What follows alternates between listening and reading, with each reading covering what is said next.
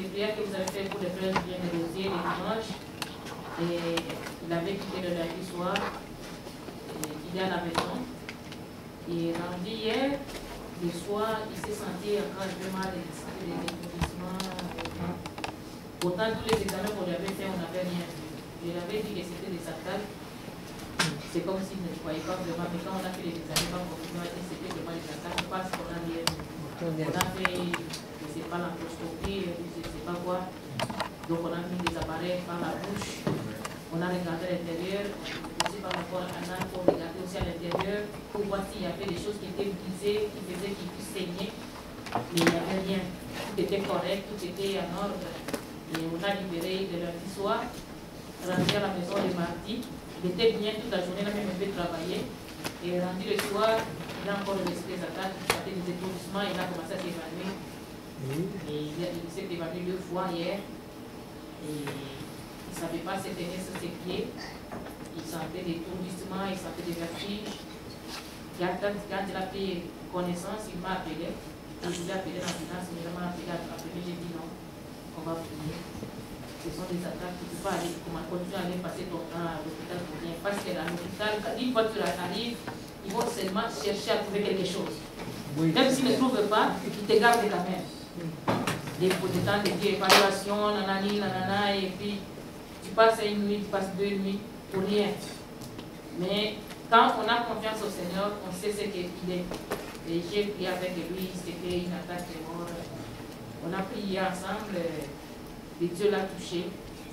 Il a pu commencer à marcher. Quand j'ai vu qu'il marche, lève de marche, il avait peur parce que la première fois quand il est tombé, il s'est tombé sur ses fesses, il avait très mal.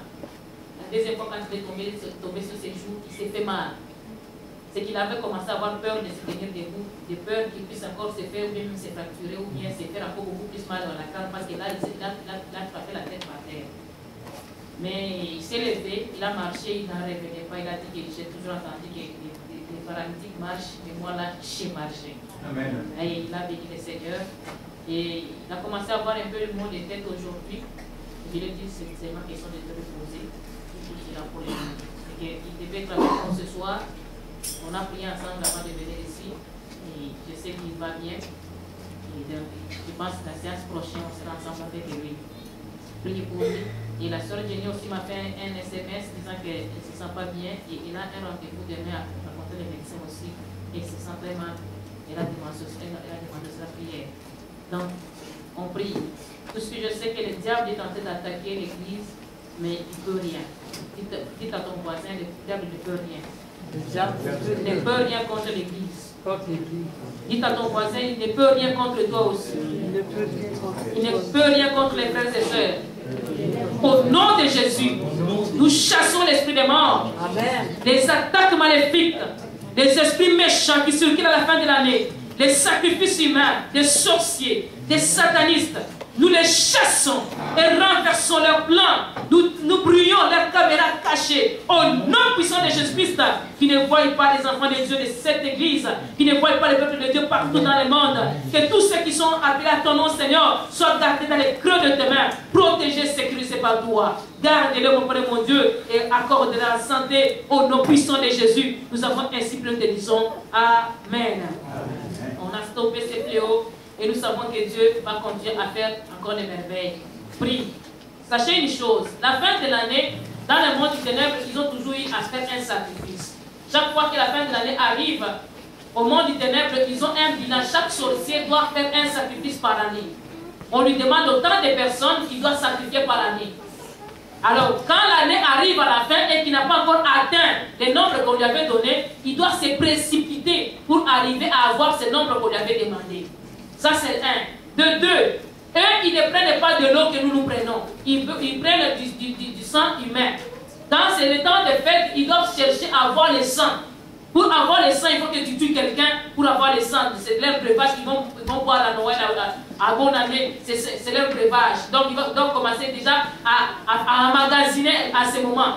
Alors, en ce moment-là, ils attaquent les gens. Quand ils te trouvent vide, ils te prennent, ils te tuent. Ils n'ont pas pitié. Donc les démons qui circulent à la fin de l'année sont dangereux parce qu'ils n'ont pas pitié. Ils doivent faire leur évaluation, leur bilan de l'année. Ils doivent atteindre leur bilan. Ils doivent atteindre les montagnes qu'on leur avait demandé, le nombre de personnes qu'on leur avait demandé, et en même temps, ils doivent se préparer la viande qu'ils vont manger aux fêtes, ainsi que le sang qu'ils vont boire, donc le vin qu'ils vont boire pendant les fêtes. Ces vins-là, ce n'est pas du vin que nous achetons chez SAC, mais c'est le vin qu'on achète, qui est le sang humain. Alors ils attaquent pour essayer de s'approvisionner et aussi de chercher à fêter et aussi à remplir leur bilan. Alléluia. C'est pourquoi chaque fois quand on arrive à la fin de l'année, à partir du mois d'octobre, déjà, il y a l'esprit de prier au moins une fois par semaine et ton temps de prier pour ta famille. Vous qui avez vos jours de prière, ceux-là qui ont leurs jours de prière, nous connaissons là, vous connaissez vos jours de prière. Que chacun soit vraiment sur sa garde. Et quand tu pries, prie sérieusement pour toute l'église et pour les serviteurs de Dieu. N'oublie pas de veiller. Même si tu n'as pas vraiment beaucoup de temps, comme c'est ton jour de jeûne et prière, prie, prends beaucoup de temps. Si tu priais 2 heures, prie 3, 5 heures du temps. Et de temps. Donc quand c'est ton jour de prière là, prends sérieusement ton temps pour la prière. Prie pour toi-même, pour ta famille, pour l'église et pour les serviteurs de Dieu. Amen. Et le vendredi et le mercredi prochain, le 27, nous commençons les jeûnes de fin de l'année. Ces jeûnes-là, nous préparons l'année prochaine. Donc nous préparons d'abord qu'on termine l'année avec beauté. Parce que tu as toujours vu peut-être les gens, ils arrivent en décembre. Ah, je suis arrivé à la fin de l'année. Le 20, le 21, le 22, le 23, le 23, le 31 même, il y a des gens qui meurent. Il est arrivé même à la fin de l'année, mais il meurt quand même. C'est qu'on se protège jusqu'à ce qu'on voit l'année nouvelle. Mais pour se protéger, on doit prévenir que guérir.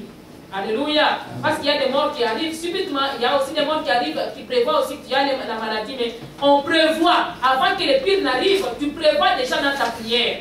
Tu commences à prier avant le temps. Donc nous commençons habituellement la fin du mois de novembre pour prendre aussi le mois de décembre. Mais quand toi tu es chez toi, tu peux commencer déjà dès le mois d'octobre, de commencer déjà à préparer la fin de l'année. Alléluia. Parce que c'est le dernier trimestre de l'année. Et une fois qu'on a entamé ce trimestre-là, commence à avoir vraiment ton temps une fois par semaine et ton esprit de jeûne et prière pour toi-même et pour ta famille. Et quand on fait ces jeûnes et prières, on fait 12 jours qui représentent 12 mois de l'année. Un jour est égal à un mois. Tu pries pour le mois de janvier, tu te protèges. Et quand à chaque fois on arrive à la fin du mois, on fait encore des jeûnes et prières. Quelqu'un nous avait demandé pourquoi vous faites encore un jeûne de prière pendant qu'on a préparé 12 jours avant.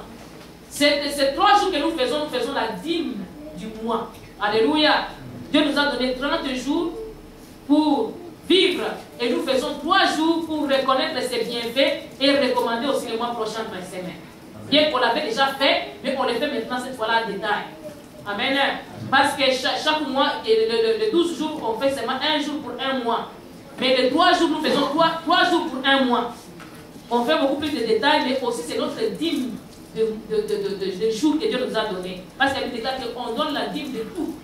On nous donne la dîme de l'argent, la dîme de nos biens, mais aussi la dîme de nos heures par jour.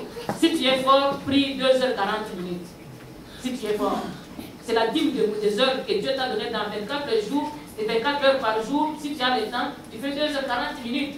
Si tu n'es pas fort, tu fais au moins 1 heure, comme Jésus avait dit que vous ne parvenez même pas à payer une seule heure avec moi. Donc quand tu es faible, tu fais 1 heure.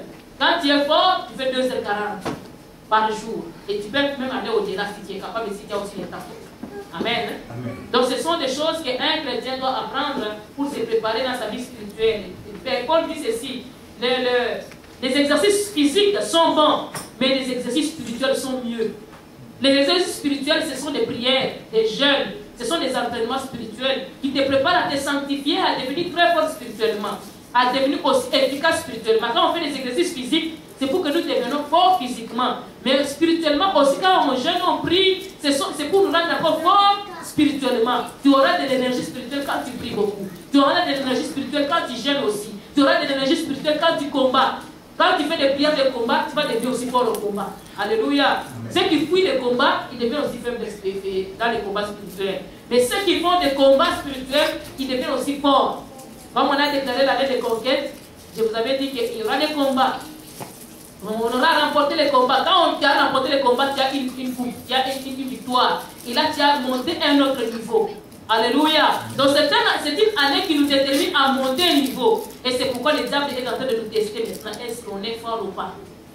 Le diable est en train de nous checker cette année. Mais ceux qui ont commencé l'année avec force, je pense que vous avez déjà commencé à regarder, à vivre le fruit de vos prières. Vous commencez déjà à voir que Dieu est en train de faire quelque chose dans votre vie. Bien que vous avez connu des secousses et des difficultés, mais du moins spirituellement ou bien physiquement ou bien financièrement, vous voyez quand même des changements. Il y a quelque chose qui s'est produit dans votre vie spirituelle. Bien-aimés, accrochons-nous au Seigneur. Ne lâchons pas. Amen. Ne baissons pas les bras. On continue et on va avoir la victoire. Donc à partir du mercredi prochain, on va commencer les jeûnes et prières. On s'apprête à continuer. C'est la continuité de la conquête. Nous avions continué, commencé à parler sur le retour de Jésus. Et on a parlé sur l'enlèvement le dimanche. On a vu que l'enlèvement, Dieu viendra, Jésus-Christ reviendra, il viendra prendre ceux-là qui se sont préparés, il viendra prendre les saints, les gens qui ont la même nature que lui, les gens qui ont les mêmes éléments que lui. L'élément que lui va regarder, c'est la sanctification et le Saint-Esprit dans chacun de nous. Le Saint-Esprit, ce n'est pas une chose, c'est Dieu, la nature de Dieu qui est en nous. Quand tu as cette nature de Dieu en toi, quand tu as sa personne en toi, et lui qui est aux cieux, il va te prendre comme l'aimant. Prends aussi les éléments de même nature que lui. Et Jésus-Christ viendra prendre. Et pendant cette période ici que nous sommes en train de connaître, c'est la période qu'on appelle l'apostasie. Nous avons parlé de l'apostasie la fois passée. On a vu que c'était un moment où les gens abandonnent la foi, abandonnent la vérité. Ils abandonnent la révélation de la vérité. Ils commencent à enseigner des mensonges, à croire aux mensonges. Bien qu'ils connaissent déjà la parole, ils connaissent la vérité, mais ils abandonnent cette vérité-là. Et pendant cette période-là, on appelle aussi toute cette période, depuis que Jésus-Christ est arrivé, c'est une période de la grâce. Toute cette période ici de la grâce, depuis que Jésus-Christ est monté, il nous a laissé sous sa grâce. Il a dit que je m'en vais au Père, je vous enverrai le Saint-Esprit. Il est parti et il nous a envoyé maintenant son esprit, afin que son esprit nous prépare. Pendant ce moment ici, Dieu est en train de nous accorder encore sa grâce, de nous dorloter, de nous cajoler encore, de prendre soin de nous, de nous prendre avec beaucoup d'attention, de nous parler avec beaucoup d'amour. Il nous parle encore avec beaucoup de gentillesse. Il nous dit que venez à moi, vous tous qui êtes chargés, fatigués, je vous donnerai du repos. Car Dieu a tant aimé le monde, il a donné son Fils unique. Et ne vous affichez pas, ne craignez point, je suis avec vous jusqu'à la fin du monde. Là, il est en train de nous parler avec amour. Mais le temps viendra, quand l'Église sera enlevée, la grâce sera aussi enlevée. À ce moment-là, il y aura plus de cajolement, il y aura plus de douceur. La voix de Dieu va changer. Là, il va être maintenant strict. Il va maintenant paraître comme un lion. À cette période, il paraît encore comme un agneau. Il est encore trop doux, très humble. Il nous parle avec beaucoup de tendresse. Mais en ce moment-là, quand l'enlèvement sera fait, il va devenir maintenant un lion. Là, il va devenir sévère. Alléluia. Et le temps va changer. Là, ça ne sera plus, oh, crois au Seigneur Jésus. Non, tu ne crois pas. Même il n'y a plus le temps de croire. Tu crois, tu pars. À ce moment-là, quand tu crois, tu vas te sauver par ta force. Ça sera compliqué. Amen. Nous allons prier pour la parole. Seigneur Dieu Tout-Puissant, nous te bénissons pour ce moment où nous voulons partager ta parole. Je me soumets à toi avec que toi tu crois, c'est Père éternel. Manifeste-toi, glorifie-toi dans cette parole.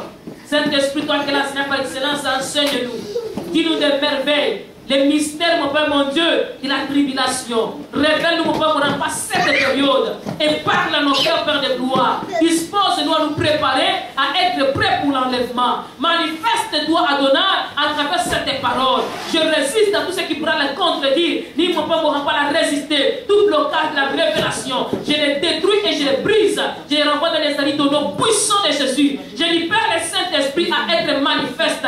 Je soumets toutes tes pensées captives à l'obéissance du Christ. Que nous diminuons et que toi tu croisses, et que toi tu te manifestes, que toi tu te glorifies, et que toi tu te révèles, que tu donnes gloire à ton Saint, Père éternel. Merci parce que tu feras au-delà de nos attentes. Au nom de Jésus, ta voix ici, nous te disons Amen. Amen. Oui, nous avions commencé à parler et nous avions dit qu'à ce moment-là, Jésus-Christ, quand il va prendre l'église, la vie ici sur la terre va continuer. La vie va continuer à être comme d'habitude. L'enlèvement sera fait. Ce jour-là, il y aura beaucoup de cas d'accidents, il y aura des désastres ici sur la terre, il y aura des catastrophes parce qu'il y aura beaucoup de choses qui vont se faire. Par exemple, comme je vous ai donné l'exemple, vous êtes en avion en train de voyager, vous êtes au-dessus de l'océan et votre pilote c'était chrétien. Si c'était Julien par exemple, il s'en va et toi tu restes. Vous tirez dans l'avion va chuter, il va tomber, il y aura des catastrophes, il y aura beaucoup d'accidents. Vous ce jour-là. Vous êtes dans un train, vous êtes dans un bateau, votre capitaine, il part avec toute son équipe. Et vous qui êtes dans les bateaux, qu'est-ce que vous allez faire? Vous allez vous noyer. Et là, ça sera catastrophique. Il y aura beaucoup de dégâts. Il y aura beaucoup de choses qui vont se faire à ce moment-là. Et à cette période, il va maintenant paraître une autre étape, une autre période de la vie. Selon la prophétie que Daniel avait reçue dans le livre de Daniel chapitre 7, il avait vu la 70e année. Dieu avait parlé à Daniel que le peuple d'Israël iront en captivité pendant 70 ans. Et quand 70 ans sera accompli, ils seront maintenant libérés. Et en cet instant-là, ça sera une période autre que tout ce que vous avez connu. Et quand Daniel a vu la vision, Dieu l'a parlé, il a révélé sur cette période-là. Et là, nous étions dans la 69e année de la vision de Daniel. Et là, on sera maintenant pour atteindre maintenant la 70e année. Et une année, c'était comme une période de 7 ans. Alléluia. Une période de 7 ans qui caractérisait une année. Et à ces 7 ans-là, ce sont des périodes qui seront des temps fâcheux et des temps compliqués. Parce qu'à la 70e année, ça sera le temps de la libération. Ce sera le temps où Dieu va se glorifier. Donc l'enlèvement, elle s'est fait, les peuples s'en vont. Et quand les peuples s'en vont, ceux qui n'ont pas été choisis, ils vont maintenant rester dans les tourments et dans la souffrance. Ils vont rester dans les moments les plus compliqués et les plus désastreux. Et c'est cette période-là qu'on appelle la tribulation. La période de la tribulation, comme je l'ai dit là le dimanche, quand l'enlèvement sera fait, l'église ira où? L'église ira fêter les noces de l'agneau. Ils vont vivre 7 ans en train de célébrer le banquet de l'agneau, les noces de l'agneau. Ils vont être dans les airs en train de célébrer la gloire de l'Éternel. Et pendant ce temps-là, ici sur la terre, une autre étape va commencer. Donc c'est l'avènement, la deuxième étape de l'avènement de Jésus-Christ, ça sera la tribulation. La tribulation, c'est une période qui va prendre 7 ans. Une période qui sera compliquée. Une période qui sera une période de détresse qui n'a jamais existé auparavant et qui n'y en aura jamais. Ce sera une période très compliquée et très difficile. On définit la tribulation comme étant une période d'affliction, d'adversité, une période d'affliction atroce. Une période où il y aura des temps difficiles. J'ai écrit ceci. C'est une brève période de terrible affliction, d'adversité qui précédera l'avènement glorieux du Seigneur Jésus-Christ. Donc, ça sera une période qui va précéder le retour en gloire. Tu as toujours entendu parler de retour en gloire de Jésus-Christ. Quand il viendra pour établir son règne de 1000 ans. Donc, la tribulation, c'est une période qui va précéder cette période-là. Donc, cette période-là, entre la tribulation et le règne de gloire, il y aura ce qu'on appelle la guerre d'Armageddon. Amen. Je pense que tu as toujours entendu parler de la guerre d'Armageddon. C'est nous, tous les témoins de Jéhovah en parlent beaucoup. La guerre d'Armageddon, Gog et Magog. Donc c'est une période qui va avoir lieu dans la Bible. Après cette guerre-là, Jésus-Christ va gagner et il va maintenant implanter son règne. Donc pendant la tribulation, il y aura des événements qui vont se faire. Quand l'Église est partie, le Saint-Esprit aussi est parti. Si nous prêchons aujourd'hui, on ne prêche pas l'onction du Saint-Esprit.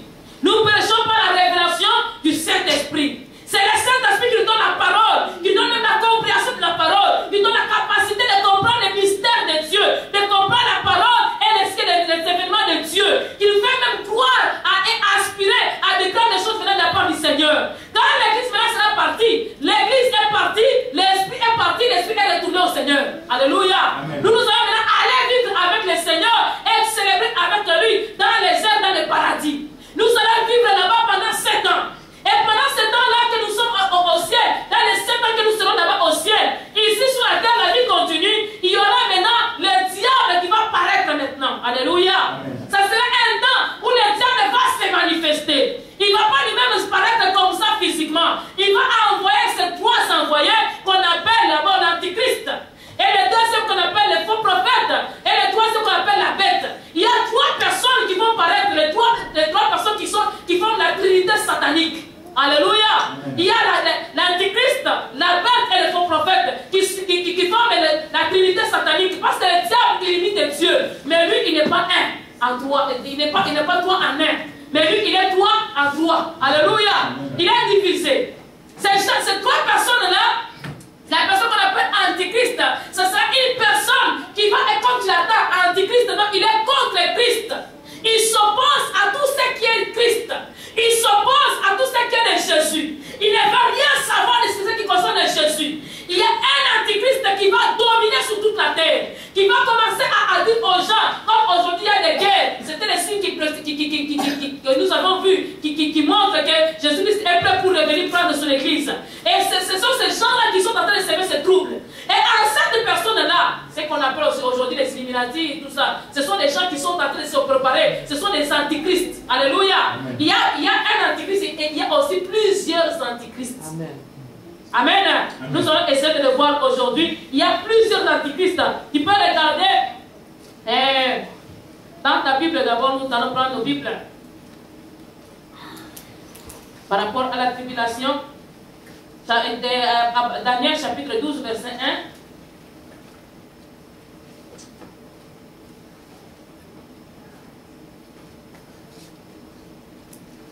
1. D'abord, chapitre 7 de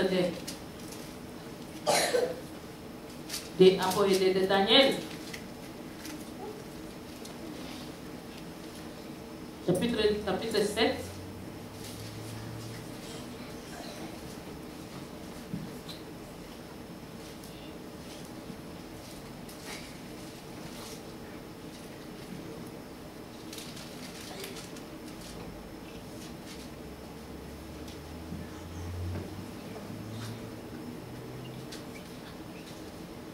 Non, on va un instant.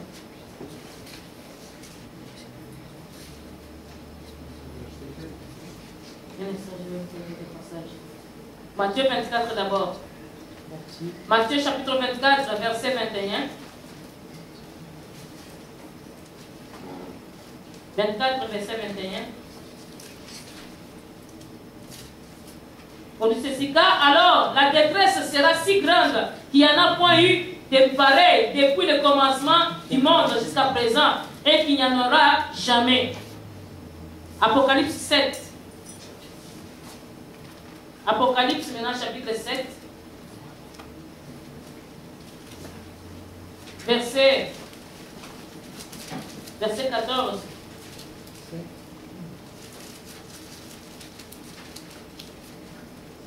On peut lire à partir du verset 9 jusqu'au verset 17.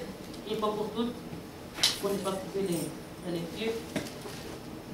Après cela, je regardais et voici qu'il y avait une grande foule que personne ne pouvait compter, de toute nation, de toute tribu, de tout peuple et de toute langue. Ils se tenaient devant le trône et devant l'agneau, revêtus de robes blanches et de palmes dans leurs mains. Et ils criaient d'une voix forte en disant, le salut est à notre Dieu qui est assis sur le trône et à l'agneau. Et tous les anges se tenaient autour du trône des vieillards et des 4 êtres vivants. Ils se prosternèrent sur leur face devant le trône et ils l'adorèrent. Ils adorèrent Dieu en disant Amen, la louange, la gloire, la sagesse, l'action de grâce, l'honneur, la puissance et la force soit à notre Dieu au siècle des siècles. Amen. Et l'un des vieillards prit la parole et me dit, ceux qui sont revêtus de robes blanches, qui sont-ils et d'où sont-ils venus? Je lui dis, mon Seigneur, tu le sais. Et il me dit, ce sont ceux qui viennent de la grande tribulation, qui ont lavé leurs robes et ils les ont blanchis dans le sang de l'agneau. C'est pour cela qu'ils sont devant le trône de Dieu et les servent jour et nuit dans son temple. Celui qui est assis sur le trône dressera sa tente sur eux. Ils n'auront plus faim, ils n'auront plus soif, le soleil ni aucune chaleur ne les frapperont plus. Car l'agneau qui est au milieu du trône les pètera et les conduira aux sources des eaux de la vie, et Dieu essuiera leurs larmes de leurs yeux. On s'en va encore, toujours dans le livre de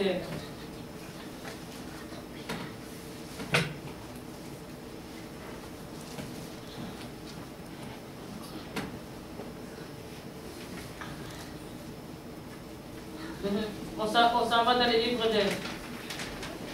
de Daniel, chapitre 7, et j'avais dit tantôt, verset 25. Il prononcera des paroles contre les Très-Hauts. Ça, c'est l'Antichrist maintenant. qui prononcera des paroles contre les Très-Hauts. Il opprimera les saints du Très-Haut et il espérera changer les temps et la loi. Et les saints seront livrés entre ses mains pendant un temps de temps et la moitié d'un temps. Puis viendra le jugement et on lui ôtera la domination qui sera détruite et anéantie pour toujours. Alléluia. Ici nous voyons, on nous parle là de l'Antichrist. On va lire une fois tous les versets, puis je vais expliquer une fois pour toutes. On s'en va dans Apocalypse 13. Donc là, c'est beaucoup dans Apocalypse, dans le livre de Daniel, qu'on parle beaucoup des événements des temps de la fin. Apocalypse chapitre 13. Bah, tu auras le temps à la maison, tu vas lire du verset 1er jusqu'au verset dernier. Mais ici, là, présentement, je vais lire quelques versets. Je vais prendre les versets 4 à 5 et puis je vais sauter. Je m'en vais à 14 et puis de 16 à 18. On dit ceci. Et ils adorèrent les dragons parce qu'il avait donné l'autorité à la bête. Ils adorèrent la bête en disant qui est semblable à la bête et qui peut combattre contre elle. Et il lui fut donné une bouche qui profère des paroles arrogantes et des blasphèmes. Il lui fut donné le pouvoir d'agir pendant 42 mois. Bon, verset 6 et 7, on dit, et elle ouvrit sa bouche pour proférer des blasphèmes contre Dieu, pour blasphémer son nom, son tabernacle et ceux qui habitent dans les ciels. Il lui fut donné de faire la guerre aux saints et de les vaincre. Il lui fut donné autorité sur toute tribu, tout peuple, toute langue et toute nation.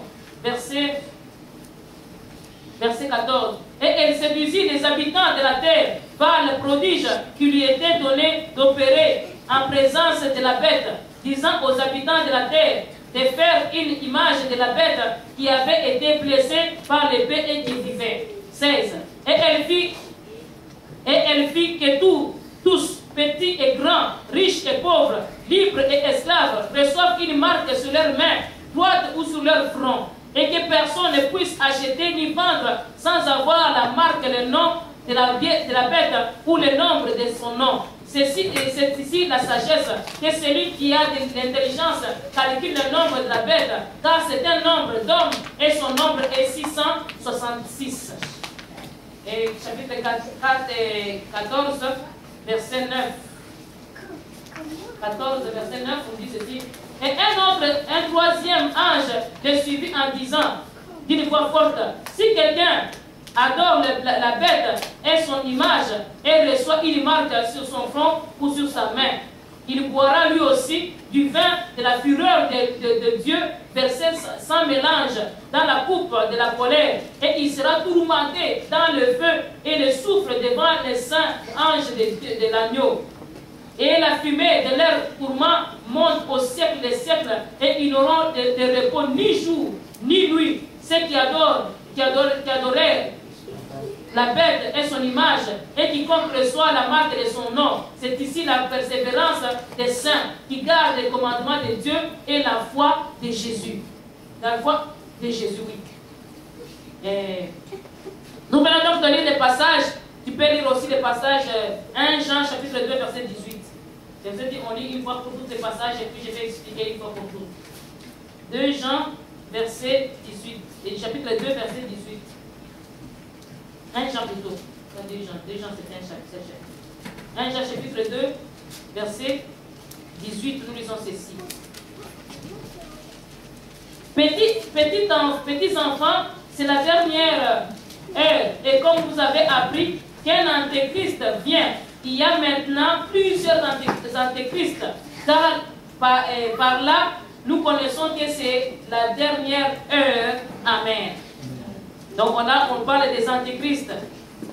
Il y a aussi 1 Jean chapitre 4 verset 3.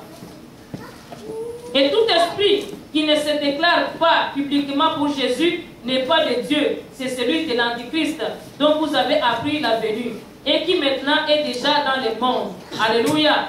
Donc l'esprit de l'Antichrist est déjà là dans le monde. Il a commencé à œuvrer déjà en catimini. Petit à petit, il prend sa place et il veut prendre vraiment se glorifier.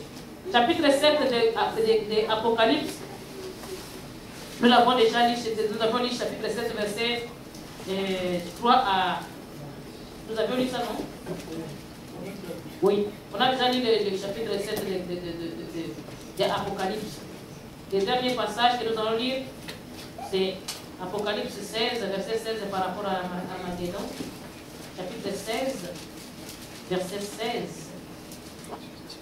Apocalypse 16, 16, nous lisons ceci. Ils les rassemblèrent dans les lieux appelés en hébreu Armageddon. Et le chapitre 19, verset 17 à 21, ça explique l'Armageddon maintenant en question. 17 à 21. Et j'ai vu un ange qui se tenait dans le soleil. Il cria d'une voix forte, disant à tous les oiseaux qui volaient au milieu du ciel, venez, rassemblez-vous pour le grand festin de Dieu, afin de manger la chair des rois, la chair des chefs militaires, la chair des puissants, la chair des chevaux et de ceux qui les montent, la chair de tout libre et esclaves, petits et grands. Et j'ai vu la bête, les rois de la terre et leurs armées rassemblés pour faire la guerre à celui qui était assis sur le cheval et à son armée. Et la bête fut prise et avec elle les faux prophètes qui avaient fait devant elle les prodiges par lesquels il avait séduit ceux qui avaient pris la marque de la bête et adoré son image. Ils furent tous les deux jetés vivant dans les temps ardents de feu et de soufre. Et les autres furent tués par l'épée qui sortait de la bouche de celui qui était assis sur le cheval, et tous les oiseaux se rassasièrent de leur chair amère. Oui, on a lu beaucoup de passages. Je voulais assez que tu puisses au moins avoir des passages avec toi pour que tu puisses comprendre ce que nous voulons parler. On vient de nous parler ici par rapport à la comme on a commencé à parler par rapport à la tribulation. Donc quand l'Église sera partie, il y aura maintenant ce temps-là de souffrance, des afflictions, des détresses inouïes qui n'a jamais existé auparavant et qui n'en aura jamais. Ça sera un moment de souffrance atroce. Tout ce que nous connaissons aujourd'hui, ce sont des persécutions, mais c'est petit. Alléluia. C'est petit parce qu'il y a le Saint-Esprit qui nous aide. Jésus a dit que je suis avec vous jusqu'à la fin du temps. Pendant que l'Église est encore là, le Saint-Esprit est encore là. Toute souffrance, quelles que soient les souffrances que tu peux connaître aujourd'hui, bien aimé, quelle que soit la maladie, même si c'est le cancer, ça n'est pas comparable par rapport à la souffrance à venir. La souffrance qui viendra après l'enlèvement, ça sera une souffrance qu'on ne peut pas supporter. Pendant ces 3 premières années et demie, les 3 ans et demi, ou bien 42 semaines, ou bien 1260 jours, qu'on nous dit Daniel, et on nous dit dans Apocalypse 42 semaines, pendant cette période-là, quand tu calcules, tu dois tomber toujours dans 3 ans et demi. 1260 jours, tu vas tomber dans 308.4, quelque chose, c'est presque et demi. Donc c'est 3 ans et demi. 42 semaines, quand tu calcules 42 divisé par 12, ça nous donne 3 ans et demi net. Donc cette période d'application, comme je vous ai dit, c'est 7 ans. Et ces 7 ans, ça sera divisé à 2. La première partie, la bête va apparaître. Quand la bête paraîtra, la bête va chercher à conquérir le monde. Parce que là, il n'y a plus Jésus, il n'y a plus l'Église. L'Église est partie, il n'y a plus le Saint-Esprit. C'est ceux qui ont reçu le Seigneur Jésus-Christ, mais qui n'ont pas respecté le Seigneur Jésus-Christ. Jésus-Christ est resté dans leur cœur. Alléluia. Mais le Saint-Esprit n'est plus là. C'est là, ces gens-là doivent faire la preuve de l'amour de Jésus.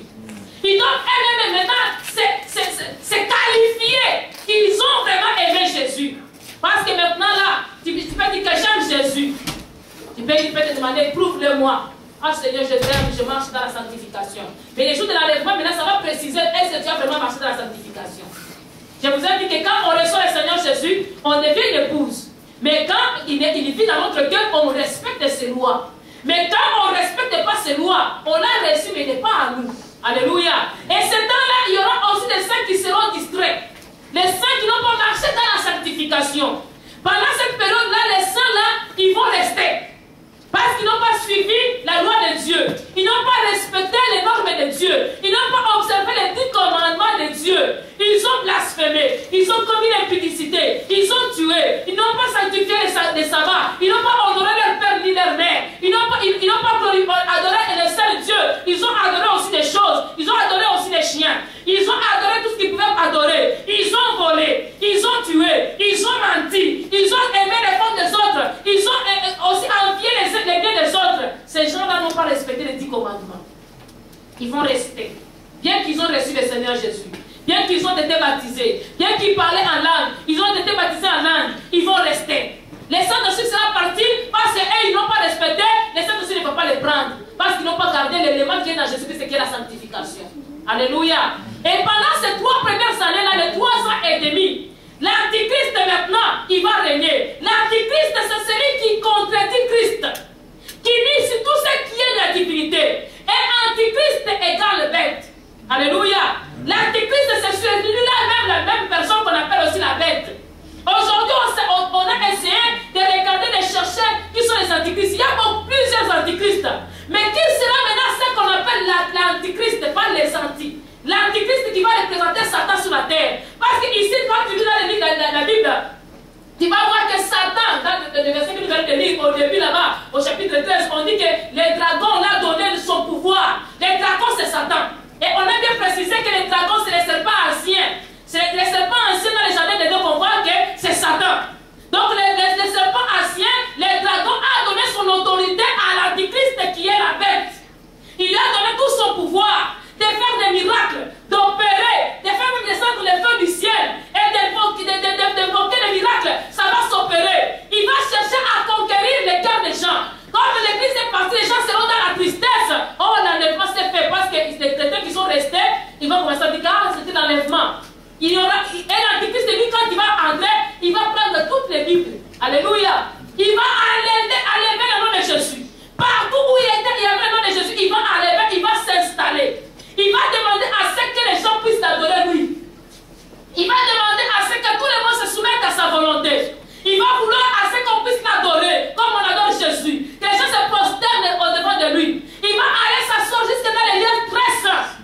Dans l'hôtel, il va aller s'asseoir. Et on a essayé de regarder. Même la Bible déclare, le dictionnaire biblique le déclare. Même aussi les commentaires bibliques le déclarent. Qu'aujourd'hui, on suppose que le pape, j'étais étonné de voir qu'on a cité son nom. Alléluia. Puisque beaucoup, souvent, on dit que les églises évangéliques, vous exagérez, vous attaquez l'église. Mais quand tu lis dans le dictionnaire biblique, c'est un dictionnaire qu'eux aussi ils ont contribué. Mais on regarde, on trouve que non, ces gens-là, ils ont précisé que la personne qu'on suppose que c'est le pape. Pourquoi le pape? Parce que le pape, il s'est fait appeler remplaçant du Fils de l'homme sur la terre, du Fils de Dieu sur la terre. Or, le Fils de Dieu, c'est qui? C'est Jésus-Christ. Est-ce que Christ peut être remplacé? Jamais. Alléluia. La Bible déclare que ceux qui ont des oreilles entendent ce que l'Esprit dit aux églises. Si tu as les oreilles, tu vas comprendre que les 4 coins où nous avions été, les 4 coins, ça n'a pas présenté Jésus, ça n'a pas adoré Jésus. Ils se sont appropriés le nom de Jésus et ils se sont fait Dieu. Ils ont commencé la première chose à blasphémer, à enlever la parole et à changer la parole. La Bible dit quoi? Qu'on n'ajoute rien et qu'on retranche rien, nous dit l'Apocalypse. Et Jésus a dit qu'on n'ajoute même pas un seul iota, donc un seul petit point. On n'ajoutera même pas un seul petit point dans la Bible. Mais ils ont enlevé, ils ont ajouté. Il y a une Bible qu'ils sont en train de faire, ils veulent vraiment enlever l'Apocalypse. Oh, c'est dans l'Apocalypse. Que tu vas regarder tous ces versets que nous avons lus par rapport à la bête, c'est dans l'Apocalypse. Ils veulent enlever l'Apocalypse, ils veulent enlever le livre de Daniel. Donc toute la révélation par rapport à ce qui les concerne, ils veulent enlever. Mais ils ont ajouté le livre de Maccabée 1er, Maccabée 2, Siracide 1, Siracide 2, Judith et ainsi que Tobie. Il y a 6 livres qu'ils ont ajoutés. Or, la Bible déclare qu'on a ajouté un point, même pas un seul mot, même pas un seul iota. Mais eux, ils ont ajouté des livres, des chapitres. Regardez le niveau de blasphème. À ce moment-là, à cet instant ici, comme l'église est là, l'antichrist ne peut pas agir, il est déjà là. Alléluia. Mais il est officieuse. Il n'est pas officiel. Il agit déjà. Il y a de ces gens-là qui ont déjà commencé à recevoir les cachets, mais d'une façon officieuse, qui n'est pas encore officielle. Quand l'église sera enlevée, pourquoi ils sont officieuses? Parce que le Saint-Esprit les étouffe. Quand on lit les démons, ça se lit. Amen. Quand on arrête les quand tu pries, dis j'arrête les œuvres discriminantes, ça s'arrête. Amen. Amen. Quand on dit je chasse les esprits de terre, ils sortent. Quand tu dis je coupe, ils sont coupés. Quand tu dis je démolis, ils sont démolis. J'arrête la sorcellerie dans ma famille, ça s'arrête.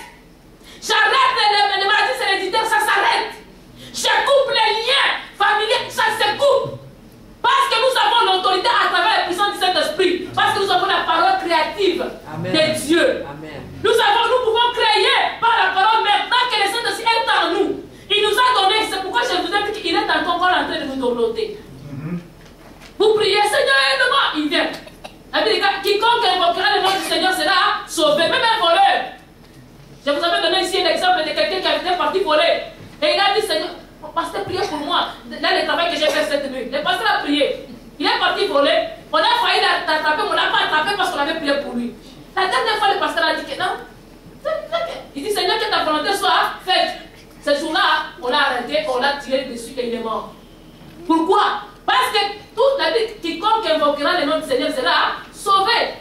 Quand vous invoquez le nom de Dieu, Dieu intervient. Parce que le Saint-Esprit est encore en train d'agir. Mais quand l'Église sera enlevée, le Saint-Esprit n'agira plus. Il n'y aura plus l'action et la puissance de Dieu. Il n'y aura plus l'autorité. Même quand tu vas chasser les démons, ça ne va plus appartenir parce que ce sera le temps de règne de Satan. La bête va s'installer. Et il y aura aussi d'autres bêtes qui vont venir les secourir. Quand tu lis le livre d'Apocalypse chapitre 13 jusqu'au verset 19, on ne parle que de ça, de la tribulation, de la bête, des faux prophètes. On ne parle que de ça. Des dragons. Donc on ne parle que de Satan maintenant là-bas dans l'Apocalypse. Tu vas voir que maintenant, là, les diables maintenant, il sera officiel parce qu'il n'y a personne qui les retient.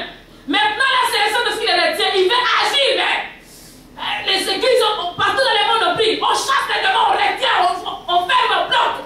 Les diables ne parviennent pas à opérer comme il faut. Maintenant, à ce moment-là, il sera officiel. Puisque même aujourd'hui, s'il apparaissait, on pourra dire, mère, au nom de Jésus va mourir. Alléluia. Alors, il se cache. Il ne sait pas vraiment agir parce que nous sommes encore là. Mais là, quand l'église sera partie, il n'y a plus rien qui les retient. Là, maintenant, il apparaît officiellement. Ça ne sera plus des jeux de cache-cache. Il va s'installer même dans les lettres saints. Dans les églises, c'est lui. Toutes les Bibles, on les arrache. C'est que seulement les versets que tu as connus en toi qui vont rester. Alléluia. Amen.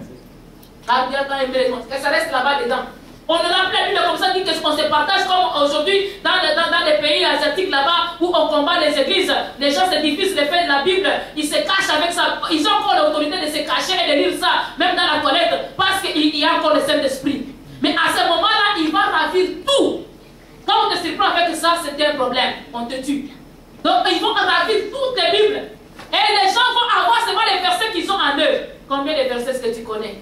Alléluia. C'est compliqué, n'est-ce pas? À ce moment-là, il faut aspirer au premier départ.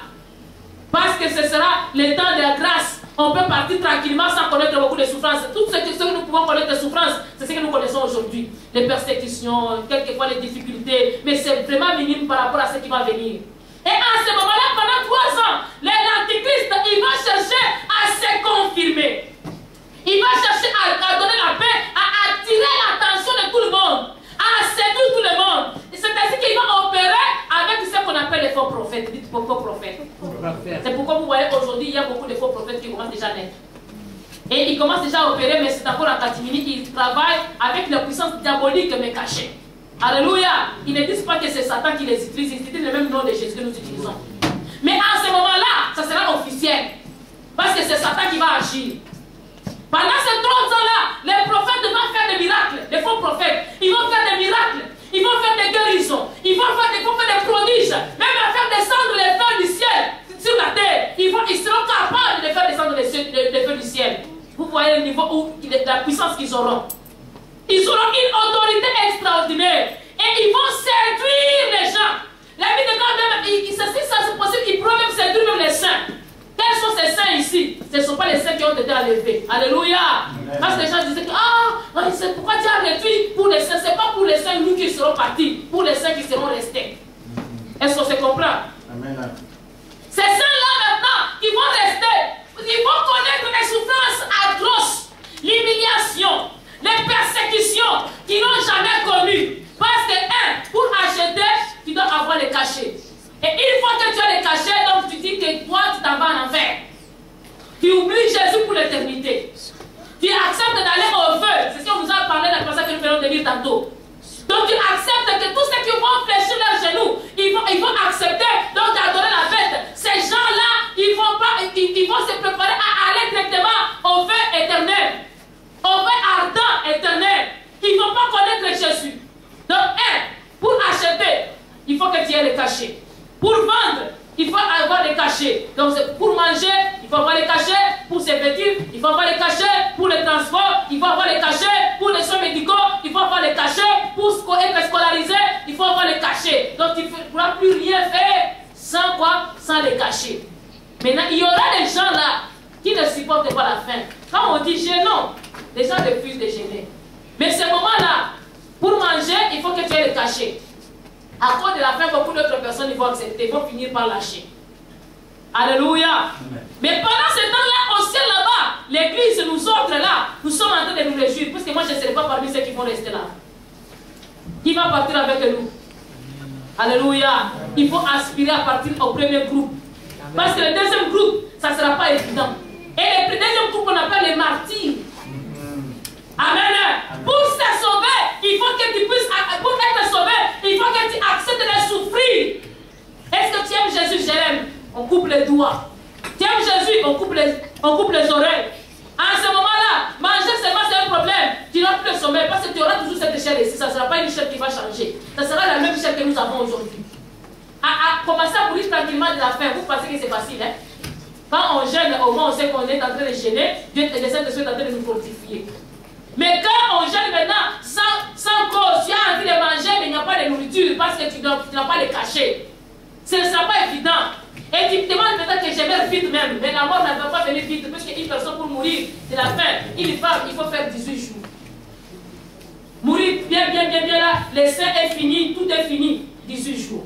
Pour un homme, c'est dans les 7, à partir de 7 jours à 12 jours, l'homme meurt. Parce qu'il n'a pas de sein, il n'a pas de toutes les histoires qui amènent beaucoup de chair. Alléluia. Mais la femme là, ça prend du temps pour que ça finisse. 18 jours. 3 jours seulement, déjà tu es KO. Mais tu es encore vivant. Boire, ici au Québec, l'eau c'est gratuit. Je ne sais pas aussi à cette période-là, peut-être l'eau sera gratuite. Tu peux boire, mais mourir maintenant, tu vas mourir quand tu bois. Tu vas avoir un temps. Parce que tu vas mourir seulement à cause de la faim, mais pas à cause de la soif. Parce que tu peux aussi aller au lac, tu pourras aller boire au lac. Mais à ce moment-là aussi, la maladie ne va pas venir facilement aussi pour te tuer. Pendant 7 ans, on va vivre là. Donc les 3 premières années, ça sera un peu bien. Parce que l'antéchrist, il va être un peu gentil. Mais après 3 ans et demi, la première période de 7 ans, ça sera ce qu'on appelle la grande tribulation. Dans cette période de la grande tribulation, ça sera la grande souffrance. Maintenant, les diables fait sortir tous ces hommes. Ils commencent à agir comme diable. L'antéchrist commence maintenant à détruire, à perturber, à tuer maintenant. Les 3 premières années ne tuent pas encore. Si tu meurs, tu meurs. Mais après maintenant 3 ans et demi, maintenant on commence à tuer. C'est ça qu'on va commencer à se martyriser. C'est ce que la Bible nous a appelé ici que ça sera les saints, des martyrs. Jean a regardé, il a trouvé les gens qui étaient devant le Seigneur avec les rameaux et habillés en blanc. Et on est en train de les essuyer les larmes. On les demande, c'est qui sont ces gens-là? Il dit, je ne sais pas, c'est toi qui connais. Il dit, ces gens-là que tu vois là, ils viennent de la grande persécution, de la grande tribulation qui a arrivé dans le monde, de la grande détresse qui a été dans le monde. Ils ont accepté de souffrir des martyrs pour le Seigneur Jésus. En ce moment-ci, on n'a pas besoin d'être martyrisé. Jésus-Christ a payé tout sur la croix. Il a dit que sur la croix, tout est accompli. Il a payé le prix. Il a tout payé. Il a tout payé. Il a tout quoi? Il a tout accompli. Il a tout accompli. Il y a une autre chanson, vous savez quoi? Il a tout payé. Il a fait. À la croix de Golgotha, il a payé. À la croix de Golgotha, il a payé. Il a payé pour qui? Pour ceux qui ont cru en lui. Et ceux-là qui vont rester, il faut qu'ils puissent maintenant payer eux-mêmes. À cette période, Jésus a payé pour nous. Mais à la période des martyrs, à la grande tribulation, ça sera toi payer pour toi-même. Maintenant, choisissez que je puisse payer encore ce qu'on avait déjà payé. Il est temps que j'accepte, non? J'accepte seulement tranquillement. S'il faut que je manque de la notion pour ne pas me prostituer, j'accepte. S'il ne faut pas que je mente, que je dise la vérité, même si c'est humiliant, je dis la vérité. S'il faut que je puisse vivre honnêtement, je vis dans l'honnêteté, même si c'est humiliant. Que de souffrir maintenant des martyrs, ce n'est pas évident. Alléluia. Ça ne sera pas évident. Beaucoup de gens vont rater. Et beaucoup d'autres personnes aussi qui seront forts, ils mourir. Et ces gens-là, ils vont mourir bien morts. On l'enterre à cette période-là de la tribulation. Alléluia. Parce que les 3 premières années, il n'y aura même pas vraiment de mort. Mais à la deuxième période maintenant, là, il y aura des cas de mort. Ça sera difficile. C'est là, dans la première période, qu'on dit que quelqu'un peut se jeter dans le lac refuse de l'avaler. Mais la deuxième période, maintenant là, il faut maintenant commencer à mourir. Est-ce que ce sera facile? Pendant que c'est gratuit comme ça, pendant que c'est free comme ça, Dieu nous donne quelque chose gratuitement. On refuse ce qu'il nous a donné. On refuse le salut qu'il nous a donné gratuitement. On refuse de se sanctifier gratuitement. On refuse d'écouter sa parole gratuitement. On refuse de venir à l'église. À cette période-là, même les gens vont commencer à chercher la parole, il ne faut pas la trouver. Les gens vont commencer à chercher même la Bible, à lire même la Bible. La Bible, quand tu la lis aujourd'hui, un seul passage, tu es déjà endormi. Comme je vous ai fourni beaucoup de passages aujourd'hui, tu ne vas même pas faire 2 minutes en train de lire. Tu commences à aller voir la Bible, les versets, allez, le sommet t'emporte. Mais à cette période-là, tu auras besoin de, c'était quoi le passage que maman pasteur nous avait donné? Aïe, aïe, aïe. Mais la Bible, elle est où? Tu as en sorte de lire, parce que vous savez, avec la souffrance, les prisonniers, vous savez comment ils souffrent. Ils aiment écouter seulement. Ou bien lire seulement. Tu as la lumière là-bas, tu vas lire. Mais tu n'as pas la possibilité de la lire parce qu'il n'y a plus de Bible. L'Antichrist a tout pris. Tu vas écouter la parole. Oh, les DVD. Il n'y en a plus moyen. Il va prendre tous ces DVD-là. Il va partir avec. Ça sera compliqué. Ça sera un temps de désolation. Personne ne pourra consoler personne. Parce qu'il y a la souffrance. Chacun souffre pour lui-même. Chacun se débrouille pour lui-même. Et les gens vont commencer à recevoir les cachets sur la main droite ou bien sur le front. Aujourd'hui, ce cachet est déjà entré dans les morts. Les gens commencent déjà à recevoir les cachets. Il y a d'autres cartes de puces qui ne sont plus des puces comme ça, mais qui sont dans le corps, dans les sangs. Tu viens seulement, tu présentes ta peau, ta main, allez, ou bien tes empreintes, directement ça se lit. Les gens ont commencé déjà à apprendre ça. Une fois, j'étais allé à l'hôpital ici, sur la rue Boïne, au médecin d'urgence, sans rendez-vous. J'ai rencontré aussi une infirmière là-bas, et elle en avait ici. Vous voyez, tel que nous voyons sur les boîtes de sorte de l'eau, comme ça, à n'importe quelle boîte. Vous voyez ceci, ce chiffre ici. Quand tu le mets dans l'appareil, ça lit, ça identifie l'article. Il y a aussi l'Antichrist va avoir des choses comme ça. La madame là, elle avait déjà ça dans sa nuque. J'avais dit à ma soeur, à ma fille, regarde ça. Ça, comment ça se fait? Il faut nous avoir été voir, suivre un cours à Saint-Élie d'Orfort avec ma soeur. Il y avait une madame avec la note 666 sur sa jambe. Un tatou, 666. Les gens, ils en ont. Je vous ai dit que les antichristes, il y en a déjà. Il y a des gens qui disent, je vous avais dit une fois que j'avais prêché, quelqu'un m'a dit que moi j'ai déjà fait mon choix c'est Satan. Ça c'était l'antichrist. Parce qu'il refuse votre Jésus. Lui, il a déjà fait son choix. Il adore Satan. C'est son choix, c'est son Dieu. Il y a déjà des antichristes aujourd'hui. Et les gens qui se disent aussi des dieux aujourd'hui. On a connu beaucoup de gens au Congo. Les gens qui se disent il y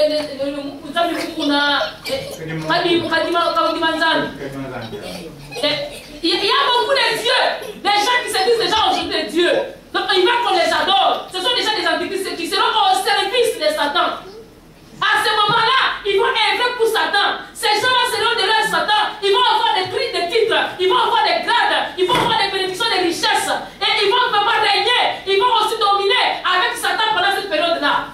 Parce que le diable aura donné le pouvoir de dominer. Et les gens vont commencer à les adorer. Et à ce moment-là, ces gens vont commencer à blasphémer. L'antichrist va commencer à proférer de sa bouche toutes sortes de blasphèmes contre Dieu. Et contre les loin de Dieu. À dire n'importe quoi, à blasphémer contre la Seigneurie et la divinité de Dieu. Mais nous, à cette époque, nous ne serons plus. Et ceux qui vont rester, ils vont être dans la désolation parce que tu vas commencer à attendre, on insulte ton Dieu. Mais tu écoutes. Alléluia. Et tu n'as rien à faire. Et si tu interviens, on te fait mal. Donc à cette période-là, tu n'as pas à parler de Jésus. On aura des difficultés à prêcher. On aura des difficultés à parler de Dieu. On aura des difficultés à parler du royaume. Ça sera compliqué. Même si c'est réuni comme on s'est réuni comme ça sera compliqué. C'est le temps de venir maintenant à l'église et écouter la parole et se préparer pour l'avènement. Alléluia. Amen. Quand on dit venez à la prière, venez parce que c'est le temps de se préparer. Il n'y aura pas un autre temps comme ça. Après l'enlèvement, ça sera compliqué, il n'y aura plus de rassemblement des chrétiens. Parce que quand on se rassemble, on est persécuté. Ça sera chacun pour soi. Et je ne vous ai dit pas Dieu pour tous, c'est Dieu pour ceux-là qui sont partis avec lui. Alléluia. Ça sera compliqué et ça ne sera pas évident. Donc à ce moment-là, nous devons continuer à nous contrôler. Les faux prophètes aujourd'hui, quand aujourd'hui on parle, il y a un prophète qui vient quelque part, tu vas voir ces églises-là sont pleines comme ça. Quand on dit qu'il y a un docteur qui vient enseigner la parole de Dieu, tu ne vas trouver personne. Pourtant, c'est la parole qui nous prépare et qui nous dit la vérité et qui nous prépare à l'enlèvement. Les prophéties, c'est pour nous consoler seulement. C'est pour nous édifier seulement. C'est pour nous fortifier, mais ce n'est pas pour nous instruire. Mais c'est la parole qui nous instruit et c'est la parole qui nous sanctifie. Alléluia. Je leur avais envoyé ma parole les avait guéris. La parole peut te guérir même de toute maladie. Mais quand on dit un prophète, les gens ils aiment aller voir un prophète plutôt que d'aller voir un enseignant. Bien aimé, regardez comme ça. Si j'avais dit qu'il y a un séminaire de miracles, vous verrez que cette église serait pleine. Mais comme on dit c'est l'enseignement, si le retour de Jésus, il viendra seulement, non? C'est difficile que les gens croient à la vérité. Les faux prophètes, ils veulent gagner les gens. Et ils mettent la chaleur dans les cœurs des gens pour chercher seulement des miracles et ainsi des prodiges. Les miracles et les prodiges ne pourront pas seulement nous sauver, mais c'est la parole qui pourra nous sauver. Alléluia. Amen. Parce que même les satanistes, ils font aussi les miracles, mais ils ne prêchent pas la vérité. Même les satanistes, ils peuvent guérir, mais ils ne peuvent pas prêcher la vérité. Celui qui prêche la vérité, c'est celui de Dieu seulement. Alléluia. Amen. Nous devons nous préparer à la rencontre de notre époux. Nous devons nous préparer à son retour imminent. Et on nous a dit que ce chiffre de la bête, c'est 666. Il y a beaucoup de noms que le pape avait eu il y a très longtemps. Avant, je connaissais un seul nom, je n'ai plus fait des recherches pour savoir qu'est-ce qu'il est devenu aujourd'hui. Des noms qui changent tout le temps. Il s'appelait Vicarius Filidae. Vicarius Filidae en italien, ça veut dire la place du Fils de l'homme sur la terre. Mais quand tu fais les calculs de ces chiffres-là, on n'a pas de notre tableau aujourd'hui, je pense que prochainement on va l'amener. Tu vas voir, tu vas trouver les chiffres 666. Donc il a été identifié comme l'antichrist, comme la bête, celui qui domine et qui prend la place de Jésus et qui veut qu'on l'adore. Et quand il arrive quelque part, vous voyez comment les gens l'adorent. Alléluia. Amen. Comment les gens l'adorent, comment les gens l'élèvent. Et comment lui-même il parvient, à tout lieu où il arrive, première chose, il se met à genoux, il embrasse la terre. Qui lèche la terre? C'est le serpent. Alléluia. La bête, il va embrasser d'abord les serpents qui mangent la terre, qui est le dragon. Ils sont un. Amen. Amen. Ils coopèrent et ils sont en communion. Mais nous ne devons pas adorer la bête. Toutes les églises du monde qui ne sont pas dans la vérité, ils sont d'accord avec les papes. Même s'ils sont des bouddhistes, même s'ils sont des musulmans, ils sont d'accord. Mais je pense qu'il y a 2 ou 4 ans passés, les papes étaient partis visiter les musulmans, je ne sais pas dans quel pays, dans un pays là-bas en Asie. Il a été parti les visiter et même se réunir avec eux. Ils sont un. Alléluia. Mais ceux qui sont dans la vérité, ils ne participent même pas à son arrivée. Ils ne participent même pas à son accueil. Tu vas voir toutes les autorités mondiales, ils vont assister. Et la Bible déclare quoi? Après que la tribulation aura pris fin, la tribulation prendra fin par quoi? Par la guerre d'Armageddon. La guerre d'Armageddon, donc après la tribulation, donc on est entré directement au point suivant, c'est la guerre d'Armageddon. Après la tribulation, c'est la guerre d'Armageddon. Nous sommes dans des étapes que je vous avais parlé, les 10 petites étapes. La guerre d'Armageddon, ça sera maintenant Jésus-Christ avec le roi de la terre, la bête, les faux prophètes, ainsi que l'antichrist, ainsi que tous les rois de la terre, tous les chefs de la terre, ils vont se réunir pour aller combattre Christ. Christ, il descendra dans une montagne qu'on appelle Armageddon, là-bas en Israël. Il va poser ses pieds sur l'une des montagnes, sur la montagne des Oliviers, là où il est monté quand il est parti. Il va poser l'une de ses pieds sur cette montagne-là et l'autre sur la montagne d'Armageddon. Et il va rester là-bas en train de combattre maintenant le diable. Il viendra comment? Il viendra avec les saints derrière lui et son armée derrière lui. Mais lui, il sera en avant.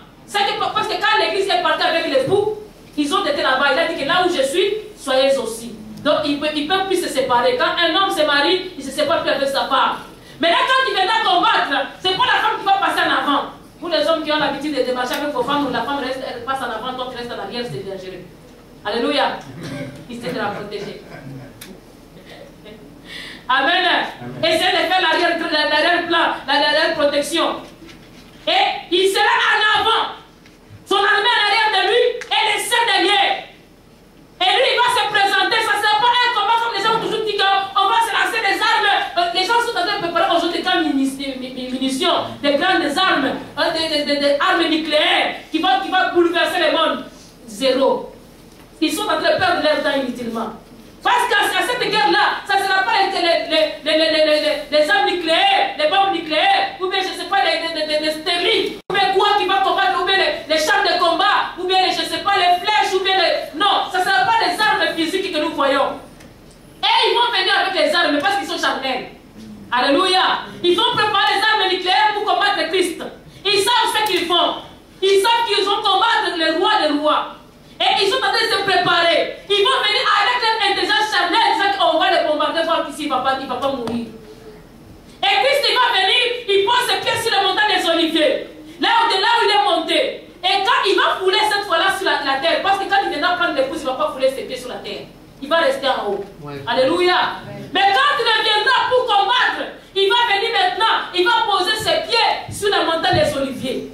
Quand il pose ses pieds sur la montagne des Oliviers, les rois de la terre, c'est pourquoi je vous ai toujours dit que les rois de ce monde, ils ne sont pas des dieux. Les gens qui croient que non, oh maman c'est le fils de Dieu, non, non c'est faux, au mouvement. Tous les rois de la terre ici, tous les chefs que vous voyez, les reines, les quoi, ce sont des serviteurs du diable. Que personne ne te trompe. Quelqu'un m'avait dit que vous commencez à prêcher des choses bizarres, c'est les Écritures. Nous avons lu là-bas que les rois de la terre, qui sont ces rois-là? Quelqu'un qui arrive au trône, sachez qu'il est déjà devenu satanique. Parce que même s'il ne le fait pas, on va le tuer. Parce qu'il ne fait pas partie de leur nombre. Les Illuminati que vous attendez, ce sont les rois qui se concertent pour essayer de semer des troubles et de prendre des décisions sur la terre. Ça existe pour de vrai. Ce ne sont pas des histoires, ce ne sont pas des racontars, ce ne sont pas des choses. Ce sont des choses qui se préparent déjà dans le monde du ténèbres. Les Illuminati existent pour de vrai. Et ils sont à la préparation de combattre l'Église, de combattre le Christ. Mais comme l'Église, l'Esprit est encore là, il n'y a pas moyen de le combattre comme ça physiquement. Mais ils prennent des décisions par rapport au monde, au pays de tel monde comme au pays développé. Ce sont eux qui décident. Alléluia. Si on veut que tel président se mette dans tel pays, même si vous ne voulez pas, même si vous faites des votes, c'est rien, il va passer. Parce qu'eux, ils ont décidé. Alléluia.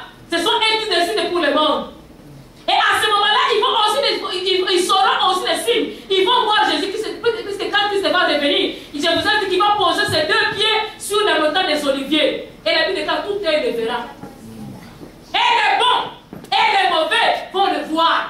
Tous ceux qui seront vivants sur la terre, ils vont le voir. De leurs yeux. Alors les rois de la terre vont se rassembler. Ils vont aller maintenant à l'attaque contre Christ. On attaque. Ils vont attaquer, mais la Bible ne dit pas qu'il va les vaincre par le souffle sortant de sa bouche. Ce ne sera même pas un combat. On commence à combattre au nom de Jésus. Allez, toi esprit, le roi de tel pays. Non, ce ne sera pas ça. On a dit Christ, on te chasse, on t'envoie les feux. Non, ça ne sera pas ça. Ça sera seulement qu'il va dire fini. Alléluia. Il n'a pas le temps de combattre, de se chauffer, de faire des mouvements pour avoir la force. Allez, moi je vous coupe, allez, je coupe. Non, Christ n'a pas ce temps-là. Pas le souffle seulement de sa bouche. Une parole, allez, fini, c'est fini. Alléluia. Il dit, c'est bon, mourir, et il meurt. Maintenant, c'est son armée qui l'a accompagné. N'a même pas à combattre. L'armée va se rassembler. Alléluia. Prendre l'antichrist, la bête et les faux prophètes et les jeter où? Dans les temps de feu. Ça ne sera pas encore l'enfer là. C'est le début. Amen. Parce que l'enfer ne sera pas encore ouvert. Ce sera le feu. Là où on jette les gens qui sont dans les lieux de tourment. On va les jeter dans les feux ardents et éternels. Ils seront là-bas dans les feux là. Et ils ont précédé qui? Satan. Satan n'est pas encore rentré là-bas. Ce n'est que le commencement. Et ils tombent déjà dans le feu. Mais je suis que c'est le feu. Les diables lui-même, les chefs pour qui on a créé le feu, n'est même pas encore rentré. Et ils sont déjà dedans. Et maintenant, les oiseaux du ciel, ils vont descendre sur la terre pour manger. C'est pourquoi tu as entendu cet ange qui a dit, au chapitre 19, il a dit quoi? Réjouissez-vous, cieux, et vous, les oiseaux de la terre, venez au grand festin. Mangez la chair des rois de la terre. Ces rois-là seront mangés par les oiseaux du ciel. On les mange. Et maintenant, après qu'on les ait mangés, maintenant Christ, il vient en gloire. Alléluia. L'apparition en gloire. Dites l'apparition en gloire de notre Seigneur. Christ, il vient maintenant avec l'épouse qui est partie avec lui. Il vient s'installer sur la terre ici. Il n'y a pas encore le nouveau ciel ici. Cette ancienne terre. Il va maintenant régner. C'est le règne dont il parlait avec les disciples. Les disciples pensaient que c'est à ce moment-là que ça va avoir lieu, ce royaume-là. Ça sera à cette période de la gloire qui va maintenant venir descendre maintenant, régner avec les saints. Et les saints vont commencer à diriger maintenant les provinces. Ils vont commencer à diriger maintenant. Donc le monde entier, ça sera comme un seul pays, mais avec des provinces. Et les saints qui sont partis à l'enlèvement, ils vont commencer maintenant à dominer sur les provinces. Pourquoi ils vont dominer sur les provinces? Parce qu'il y a d'autres personnes qui ont laissé les cachets, tout ça, qui seront encore sur la terre. Ça sera les règnes millénaires. Jésus ne s'est pas régné pendant 1000 ans comme étant roi. Comme le diable a régné pendant 7 ans. Lui, maintenant, il va régner pendant 1000 ans. Alléluia. Et ce n'est pas encore la fin des fins. Est-ce qu'on se comprend? Est-ce qu'on se comprend? On va arrêter là-bas pour aujourd'hui. Que Dieu vous bénisse, on s'élève. Amen. Tu vois comment c'est bon, hein? C'est suffisant. Il y a de quoi espérer à ce Seigneur-là. Il faut vraiment rester dans la présence du Seigneur.